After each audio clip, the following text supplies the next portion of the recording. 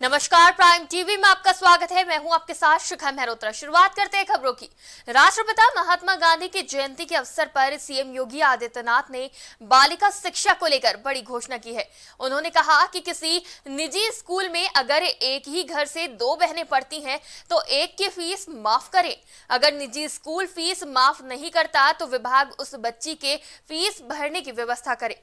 विभाग को मिलकर इस पर काम करना चाहिए और कोरोना काल के दौरान बहुत से लोग फीस भरने में असमर्थ हैं, तो इस पहल से उनको मदद मिलेगी। सीएम योगी ने लोक भवन में आयोजित कार्यक्रम में 1,51,215 छात्र छात्राओं के खाते में 177.35 करोड़ की छात्रवृत्ति ऑनलाइन भेजी है। राज्यपाल आनंदीबेन पटेल और सीएम योगी ने मंच से 10 बच्चों को स्कॉलरशिप का सर्टिफिकेट भी दिया है। सीएम योगी ने कहा कि 30 नवंबर तक सभी के खातों में स्कॉलरशिप भेज दी जाएगी, जिससे किसी की पढ़ाई बाधित ना हो। उन्होंने कहा कि वर्तमान में राज्य सरकार जो स्कॉलरशिप दे रही है वो 3,900 करोड़ है, जो पिछली सरकार में सिर्फ 1,800 करोड़ की थी।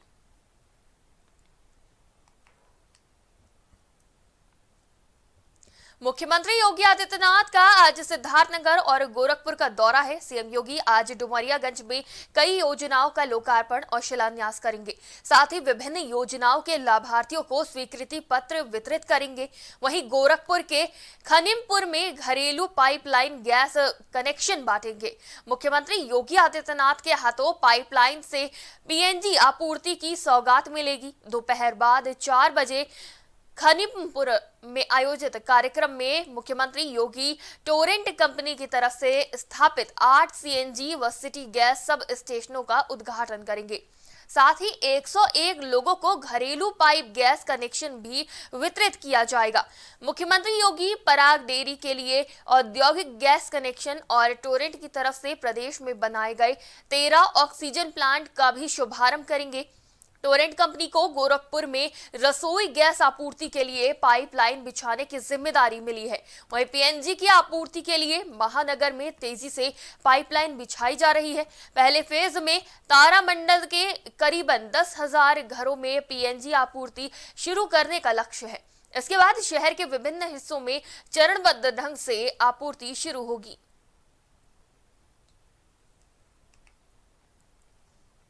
पश्चिम बंगाल की भवानीपुर विधानसभा सीट पर हुए उपचुनाव और मुर्शिदाबाद के शमशेरगंज और जंगीपुर सीट पर हुए चुनाव के नतीजे आज घोषित किए जाएंगे। वोटों की गिनती सुबह 8 बजे से शुरू हो गई है। भवानीपुर विधानसभा क्षेत्र में गुरुवार को हुए उपचुनाव में 57% से ज्यादा मतदान हुआ था।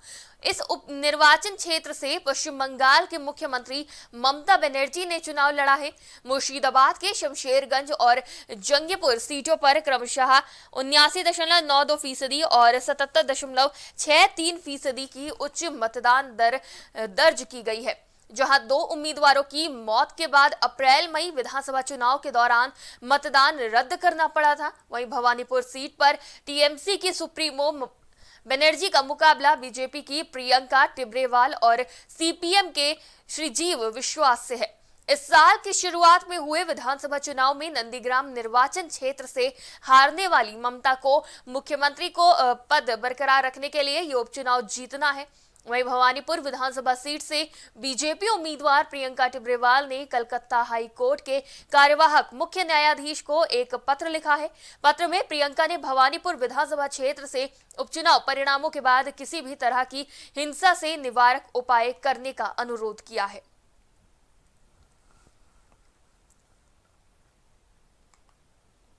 एनसीबी की एक टीम ने ड्रग के दौरान बड़ी कार्यवाही की है। एजेंसी ने जानकारी मिली है कि मुंबई में गोवा जाने वाली एक शिप में ड्रग पार्टी होने वाली है।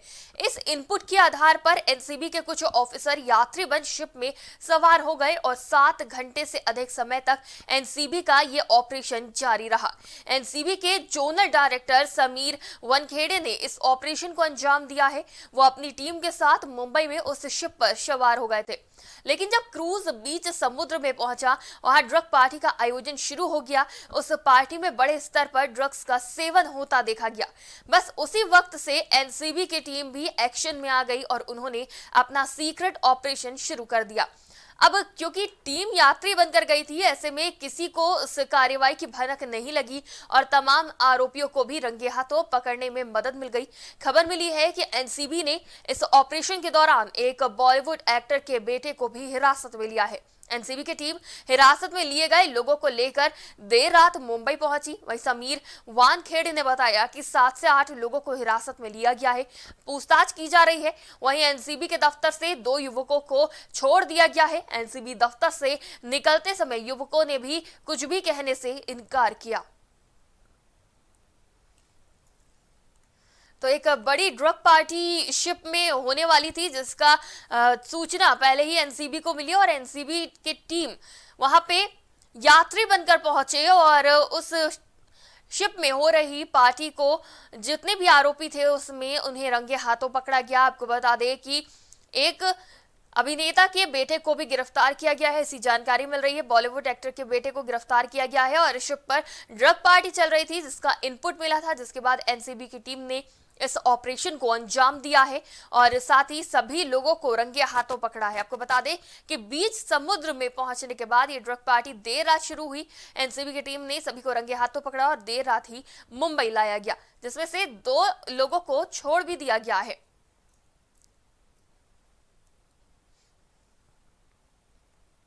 देश में पेट्रोल और डीजल दोनों ही ईंधनों के दाम रिकॉर्ड ऊंचाई पर हैं। अक्टूबर में पेट्रोल डीजल की कीमतों में रोज इजाफा हो रहा है।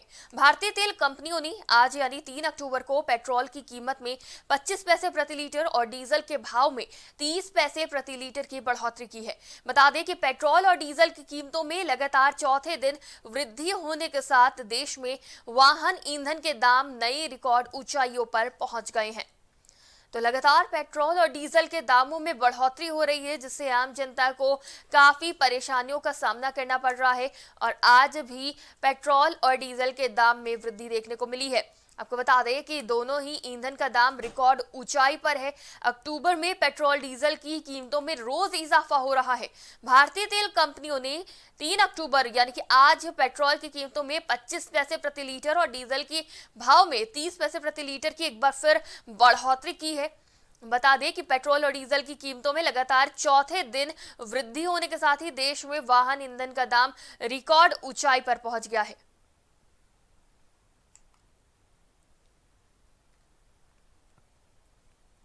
भारत मौसम विज्ञान विभाग ने बताया कि दिल्ली एनसीआर में आज दोपहर हल्की बारिश की आशंका है। राजधानी में कल न्यूनतम तापमान 26.7 डिग्री सेल्सियस दर्ज किया गया, जो इस मौसम में सामान्य से 3 डिग्री सेल्सियस ज्यादा था। आईएमडी ने कहा कि आकाश में बादल छाए रहे और हल्की बूंदाबांदी और बारिश हो सकती है। दिल्ली एनसीआर में अधिकतम तापमान 34 डिग्री सेल्सियस रहने की उम्मीद है। केंद्रीय प्रदूषण नियंत्रक बोर्ड के आंकड़ों के अनुसार वायु गुणवत्ता सूचकांक 128 रहा, जो कि मध्यम श्रेणी में आता है।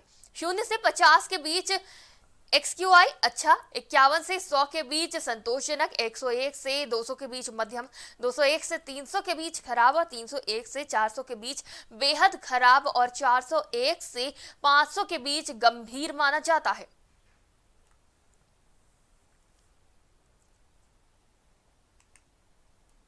तो दिल्ली एनसीआर में आज हल्की बारिश की आशंका है। अधिकतम तापमान 34 डिग्री सेल्सियस रहने की भी उम्मीद है और लगातार बारिश देखने को मिल रही है। कई जगह पे जल जमाव की स्थिति भी हो गई है और दिल्ली में भी कई बार बारिश के बाद ही हल्की बारिश के बाद भी जल जमाव की स्थिति देखने को मिलती है, जिसके बाद ट्रैफिक भी सुस्त हो जाता है और लोगों को काफी दिक्कतों का सामना करना पड़ता है। वहीं मौसम विभाग ने ये अनुमान जताया है कि दिल्ली एनसीआर में आज दोपहर हल्की बारिश की आशंका है।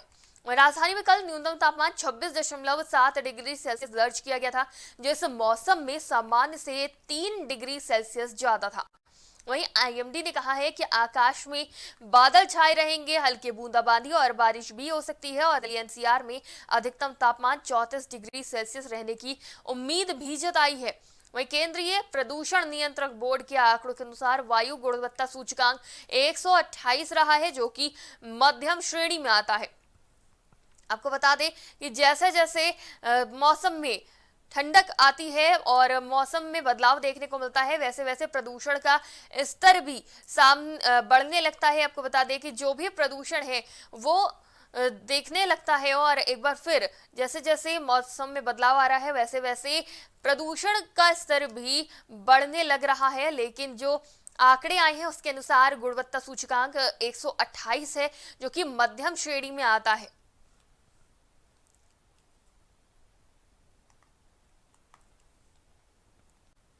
प्रदेश के बलिया में 2 दिनों से हो रही तेज बारिश से जिला कारागार पूरी तरह से जलमग्न हो गया है। बैरकों में बाढ़ जैसे हालात कैदी परेशान हैं।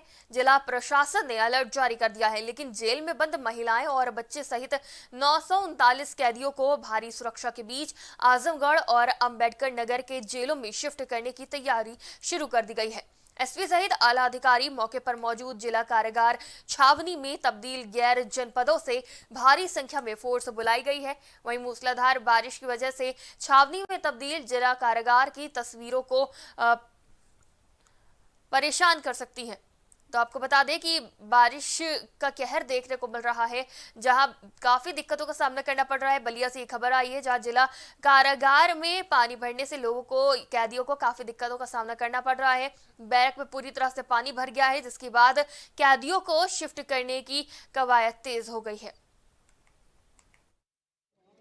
हमारे यहाँ आज की तिथि में 939 कैदी हैं, जिसमें 600 कैदियों को जो है आजमगढ़ जिला कारागार में शिफ्ट करने का आदेश प्राप्त हुआ है और बाकी 339 कैदियों को अम्बेडकर नगर का। अच्छा, महिलाएं 61 हैं, 939 में 61 महिलाएं हैं। पुरुष, बाकी पुरुष, बाकी बच्चे भी हैं, 3 बच्चे हैं। जहां एक तरफ सरकार अपराध मुक्त का दावा कर रही है, वहीं पुलिस ने कार्यशैली पर जनता सवाल उठा रही है। कानपुर के व्यवसायी मनीष गुप्ता की गोरखपुर में एक होटल में हत्या के मामले को लेकर जहां जगह जगह विरोध हो रहा है, वहीं सिद्धार्थनगर जिले के बांसी राप्ती नदी से रोडवेज तिराहे तजसपा युवजन सभा के जिलाध्यक्ष अंबिकेश श्रीवास्तव और संस्कार मिश्र मंडल संरक्षक हरिशंकर चौरसिया के अगुवाई में कार्यकर्ताओं ने मृतक की आत्मा की शांति के लिए कैंडल मार्च निकाला। मार्च के जरिए श्रद्धांजलि सभा का आयोजन करते हुए जिलाध्यक्ष ने मृतक के परिजनों को 1 करोड़ रुपए मुआवजे के तौर पर सरकार से मांग की है। वहीं सपा नेत्री शालिनी त्रिपाठी ने कहा कि सरकार चाहे जो मुआवजा दे, लेकिन मनीष की कमी सरकार पूरी नहीं कर सकती है।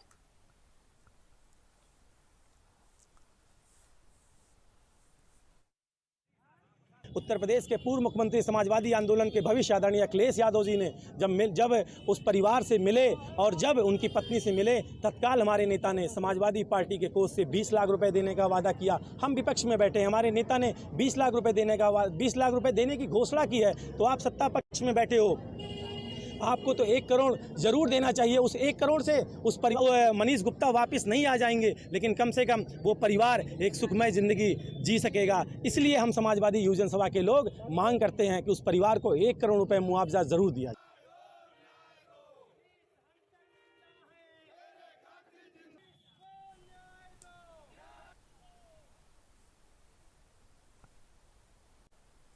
खबरों में फिलहाल इतना ही। आप देखते रहिए प्राइम टीवी।